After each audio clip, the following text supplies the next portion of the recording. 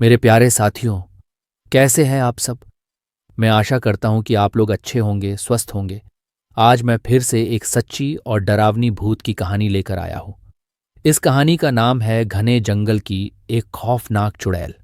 ये कहानी एक सच्ची घटना पर आधारित है और आगे कहानी आपको बहुत मज़ेदार और डरावनी भी लगेगी।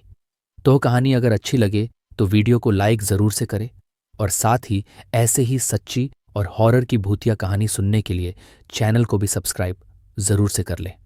तो चलिए कहानी सुनते हैं। ठंडी रात थी और चारों तरफ घना कोहरा फैला हुआ था। आसमान में चांद अपनी रोशनी बिखेरने की कोशिश कर रहा था, लेकिन कोहरे की मोटी चादर उसे जमीन तक पहुंचने से रोक रही थी। नाना जी उस दिन देर तक काम में व्यस्त थे और जब वे दफ्तर से निकले तो घड़ी रात के 10 बजा रही थी। ठंड इतनी थी कि उनकी सांसें भी कोहरे का हिस्सा बन जाती थीं। हवा में बर्फीली सर्दी थी जो हड्डियों तक को ठिठुरा दे। नाना जी ने अपनी पुरानी जीप स्टार्ट की और घर की ओर निकल पड़े। रोज की तरह उन्होंने पहले बाजार का रास्ता पकड़ा ताकि घर के लिए कुछ जरूरी सामान ले सकें।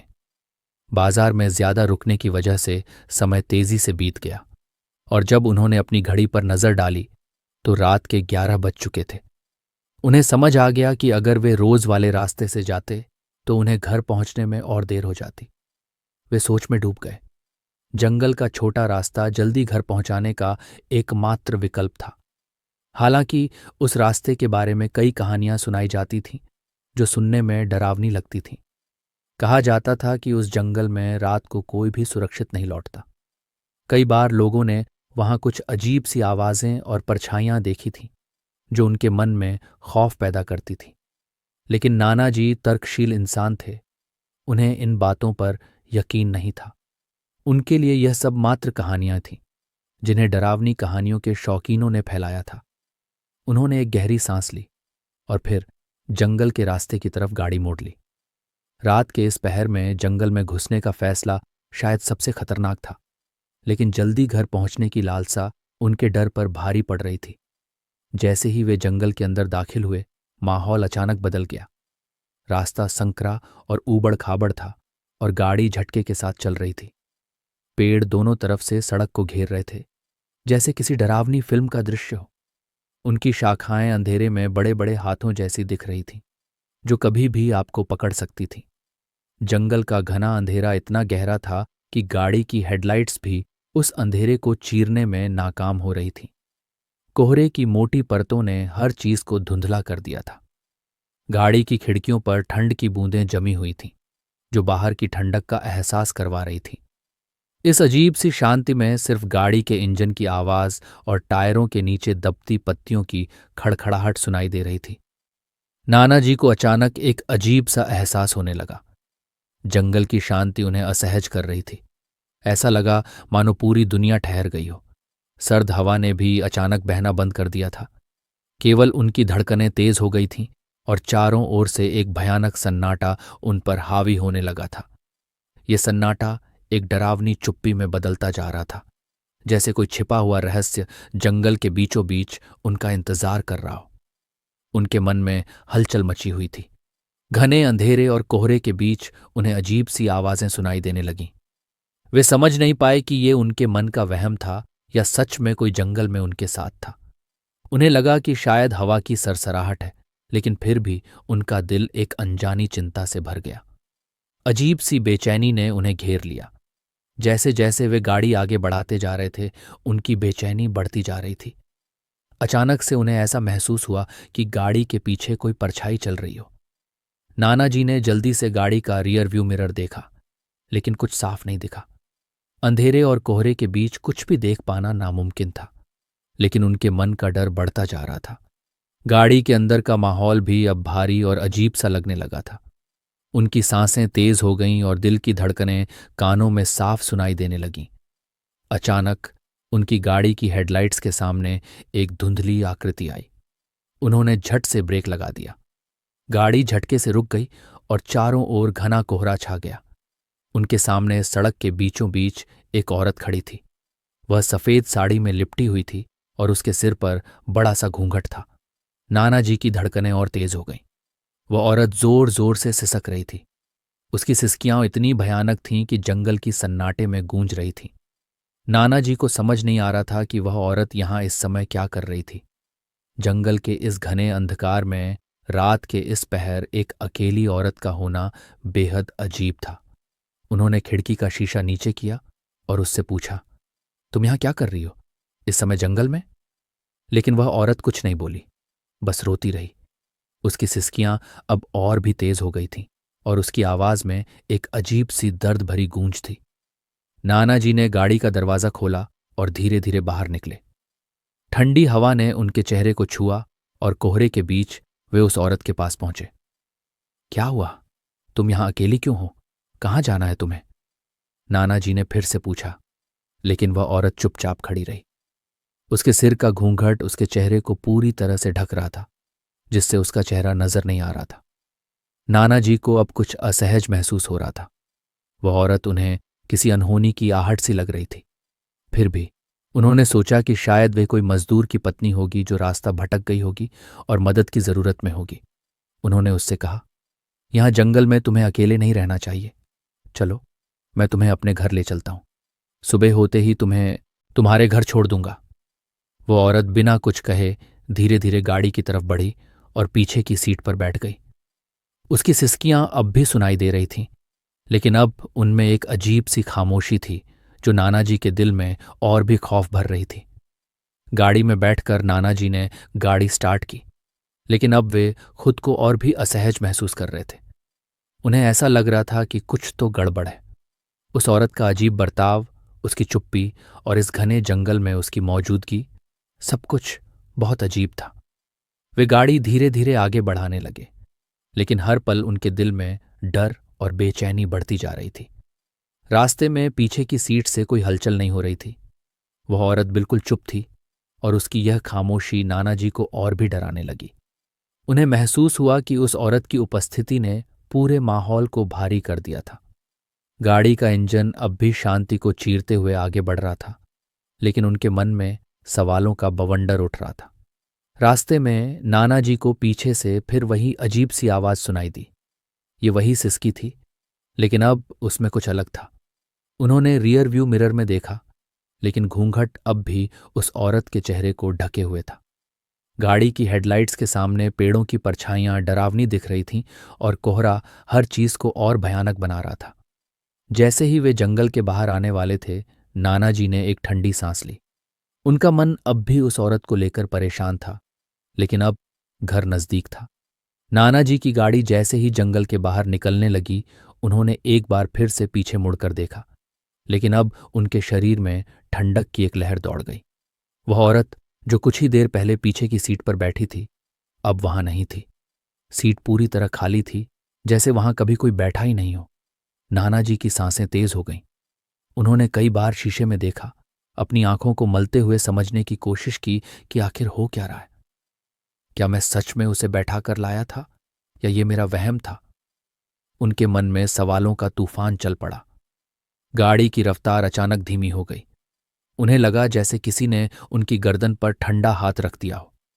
उनकी रीढ़ की हड्डी में झंझनाहट होने लगी। उनके हाथों में पसीना आने लगा था।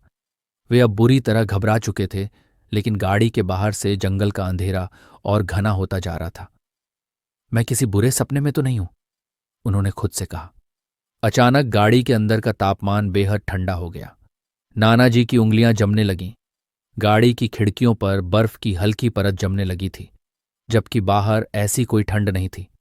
अचानक पीछे की सीट से फिर वही सिसकियों की आवाज आने लगी। इस बार वह आवाज और भी डरावनी थी, मानो किसी की आत्मा कराह रही हो।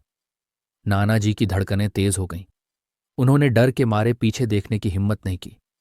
गाड़ी अब पूरी तरह बेकाबू हो चुकी थी। इंजन जोर जोर से गरज रहा था, जैसे किसी अदृश्य ताकत ने उसे अपनी गिरफ्त में ले लिया हो। नानाजी ने हिम्मत जुटाकर पीछे मुड़कर देखा, और जो देखा वह उनकी सबसे बुरी कल्पना से भी डरावना था। पीछे की सीट पर वही औरत फिर से बैठी थी, लेकिन अब उसका चेहरा साफ दिख रहा था। उसका चेहरा न सिर्फ विकृत था, बल्कि उसकी आंखों से खून के आंसू बह रहे थे। उसकी आंखों में कोई पुतली नहीं थी, बस एक गहरा खालीपन था जो सीधे नानाजी की आत्मा तक पहुंच रहा था। उसकी मुस्कान भयावह थी, मानो वह मौत का प्रतीक हो। तुम मुझे नहीं बचा सकते। उस औरत की आवाज नाना जी के कानों में गूंजी। उसकी आवाज में इतनी नफरत और दर्द था कि नाना जी के रोंगटे खड़े हो गए। उसकी सिसकियां अब हंसी में बदल गई थीं और वह हंसी जंगल की भयानक शांति में गूंज रही थी। नाना जी का दिमाग सुन्न हो गया। उन्होंने गाड़ी के ब्रेक पर जोर से पैर मारा, लेकिन गाड़ी रुकने का नाम ही नहीं ले रही थी। गाड़ी अब अपनी रफ्तार से भी तेज भागने लगी थी, जैसे किसी अज्ञात शक्ति ने उसे अपने वश में कर लिया हो। नाना जी को समझ नहीं आ रहा था कि क्या करें। उनके हाथ कांप रहे थे और शरीर पूरी तरह से ठंडा पड़ चुका था। जंगल का रास्ता खत्म हो चुका था, लेकिन उनके सामने अब सड़क नहीं थी। गाड़ी हवा में उड़ती जा रही थी, जैसे एक अंधेरे भंवर में समा रही हो। उन्होंने अपनी आंखें बंद कर लीं, लेकिन वह हंसी अब भी उनके कानों में गूंज रही थी। हर पल वह आवाज और तेज होती जा रही थी। और फिर अचानक सब शांत हो गया। नाना जी ने आंखें खोलीं तो खुद को अपने घर के सामने पाया। गाड़ी का इंजन बंद हो चुका था और चारों ओर घना सन्नाटा पसरा हुआ था, लेकिन अब कुछ भी सामान्य नहीं था। उन्हें अब भी अपनी उंगलियों पर ठंड महसूस हो रही थी और उनकी सांसें उखड़ी हुई थीं। वे गाड़ी से बाहर निकले, लेकिन कुछ तो गलत था। घर के दरवाजे पर वही औरत खड़ी थी। अब उसके चेहरे पर वही डरावनी मुस्कान थी। तुम मुझसे नहीं बच सकते नाना जी, उसने फुसफुसाया और फिर हवा में गायब हो गई। नाना जी ने तुरंत घर का दरवाजा खोला, लेकिन उनके पैरों के नीचे की जमीन खिसक गई। दरवाजे के अंदर का दृश्य भयानक था। घर की दीवारों पर खून के निशान थे और हर तरफ डरावनी परछाइयां घूम रही थीं। उन्हें समझ में आ चुका था कि अब वे उस श्रापित आत्मा के शिकंजे में थे जो उन्हें कभी नहीं छोड़ेगी। और उसी रात नाना जी के घर से उनकी आखिरी चीखें सुनी गईं। फिर कभी किसी ने उन्हें नहीं देखा। नाना जी के घर से चीखें सुनाई देने के बाद से पूरे गांव में खौफ फैल गया। अगली सुबह जब पड़ोसियों ने नाना जी को खोजने की कोशिश की तो उनका कहीं कोई अता पता नहीं था। उनके घर का दरवाजा खुला हुआ था, लेकिन घर में उनकी कोई निशानी नहीं थी। धीरे धीरे यह खबर उनके परिवार तक पहुंची, जो पास के शहर में रहता था। नाना जी के परिवार में उनके बड़े बेटे मोहन, बहू सुमन और उनकी बेटी प्रियंका थी। मोहन एक सरकारी नौकरी में था और हमेशा अपने पिता की हालत को लेकर चिंतित रहता था, क्योंकि नाना जी अकेले गांव में रहते थे। जब मोहन और सुमन को गांव से फोन आया तो वे तुरंत नाना जी के घर की ओर रवाना हो गए। गांव पहुंचते ही उन्हें नाना जी के घर के बाहर सन्नाटा और अजीब सा माहौल मिला।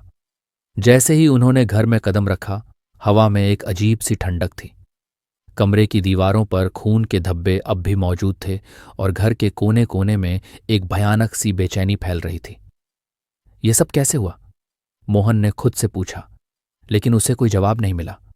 उनकी बेटी प्रियंका, जो हमेशा अपने दादाजी से बेहद लगाव रखती थी, घर में घुसते ही अजीब महसूस करने लगी। उसे बार बार ऐसा लग रहा था कि कोई उसे देख रहा है। सुमन, जो बहुत धार्मिक थी, ने घर में घुसते ही महसूस किया कि यहां कुछ तो गलत है, यहां कुछ अशुभ है। उसने मोहन से कहा, हमें इस जगह को साफ करवाना चाहिए और पूजा करवानी चाहिए। लेकिन नाना जी की गुमशुदगी के साथ साथ उस रात उनके साथ क्या हुआ, इसका कोई सुराग नहीं था। परिवार ने पुलिस से भी मदद ली, लेकिन कोई फायदा नहीं हुआ। धीरे धीरे गांव वालों ने भी कहना शुरू कर दिया कि यह सब उस जंगल वाली चुड़ैल का काम है, जिसे कई सालों से इस गांव के लोग जानते थे। गांव के बुजुर्गों के अनुसार वह चुड़ैल रात के वक्त जंगल में घूमती थी और जो भी उसे देख लेता वह कभी वापस नहीं आता। प्रियंका, जो इस पूरे समय चुपचाप अपने दादाजी की तस्वीर को देख रही थी, ने अचानक कहा, मैंने उन्हें देखा था। मोहन और सुमन हैरान हो गए। तुमने किसे देखा था बेटी? सुमन ने घबराते हुए पूछा। दादाजी, मैंने उन्हें पिछली रात अपने सपने में देखा। वो बहुत डरावने दिख रहे थे। उन्होंने कहा कि वे जंगल वाली औरत से मिले थे। वो औरत उनके पीछे आई थी। मोहन और सुमन को यह सुनकर झटका लगा। प्रियंका का यह सपना उन्हें डराने के लिए काफी था। सुमन ने मोहन से कहा, हमें कुछ करना होगा, यह सिर्फ कोई सपना नहीं है। शायद नाना जी अब भी उस चुड़ैल के शिकंजे में हैं। अगले कुछ दिनों में घर में अजीब घटनाएं होने लगीं। रात के वक्त सिसकियों की आवाजें आती, दरवाजे खुद ब खुद खुलने लगते और प्रियंका कई बार अचानक बिस्तर से उठकर कहती, वो आ रही है, वो दादाजी को ले गई है। मोहन और सुमन अब पूरी तरह से घबरा चुके थे। उन्होंने गांव के पुजारी को बुलाया और घर की शुद्धि के लिए पूजा रखवाई। लेकिन पूजा के दौरान ही अजीब घटनाएं घटने लगीं। घर के खिड़कियां और दरवाजे जोर जोर से अपने आप बंद होने लगे और प्रियंका अचानक बेहोश हो गई। जब उसे होश आया तो उसकी आंखें बदल चुकी थीं। उसकी आवाज भारी और डरावनी हो गई थी और वह कहने लगी, तुम्हें लगता है कि तुम मुझसे बच जाओगे? मैंने नाना जी को ले लिया और अब तुम्हारी बारी है। ये सुनकर सुमन और मोहन पूरी तरह टूट चुके थे। प्रियंका अब उनके लिए अजनबी बन चुकी थी। घर के हर कोने में वही डरावनी उपस्थिति महसूस हो रही थी। मोहन ने सोचा कि अगर वे जल्द कुछ नहीं करेंगे तो उनका परिवार भी उसी हश्र को भुगतेगा जो नाना जी ने किया। अब परिवार उस श्रापित आत्मा के खिलाफ लड़ने के लिए तैयार हो रहा था, लेकिन वह चुड़ैल इतनी आसानी से पीछा नहीं छोड़ने वाली थी। प्रियंका की आंखों में उस भयानक आत्मा की झलक अब भी दिख रही थी। मोहन और सुमन दोनों ही इस स्थिति से बुरी तरह घबरा चुके थे, लेकिन वे अपनी बेटी को बचाने के लिए किसी भी हद तक जाने को तैयार थे। गांव के पुजारी ने उन्हें सलाह दी कि इस आत्मा को शांत करने के लिए जंगल में एक विशेष अनुष्ठान करना होगा। यदि आत्मा को वापस वहीं नहीं भेजा गया जहां से वह आई है, तो यह पूरे परिवार को तबाह कर देगी। अगली सुबह मोहन, सुमन, प्रियंका और पुजारी गांव के कुछ अन्य लोगों के साथ जंगल के उस हिस्से की ओर चले जहां से चुड़ैल की आत्मा का खौफनाक सफर शुरू हुआ था। सभी के मन में एक अजीब सा डर था, लेकिन अब पीछे हटने का कोई रास्ता नहीं था। जंगल में पहुंचते ही वहां की हवा और भी ठंडी और भारी महसूस होने लगी। पेड़ों की सरसराहट और पक्षियों की चीखें उस भयानक माहौल को और भी डरावना बना रही थीं। पुजारी ने वहां एक मंत्रों से भरा घेरा बनाया और प्रियंका को उसके केंद्र में बैठा दिया। उसने मोहन और सुमन को सख्त निर्देश दिए कि कोई भी व्यक्ति इस घेरे को न तोड़े, चाहे कुछ भी हो जाए। जैसे ही अनुष्ठान शुरू हुआ, हवा में भयंकर बदलाव आ गया। पेड़ हिलने लगे और जंगल के चारों ओर से डरावनी हंसी गूंजने लगी। तुम मुझे रोक नहीं सकते, वह आवाज गूंजने लगी। ये जंगल मेरा है और अब तुम्हारी बेटी भी मेरी है। प्रियंका की हालत बिगड़ने लगी।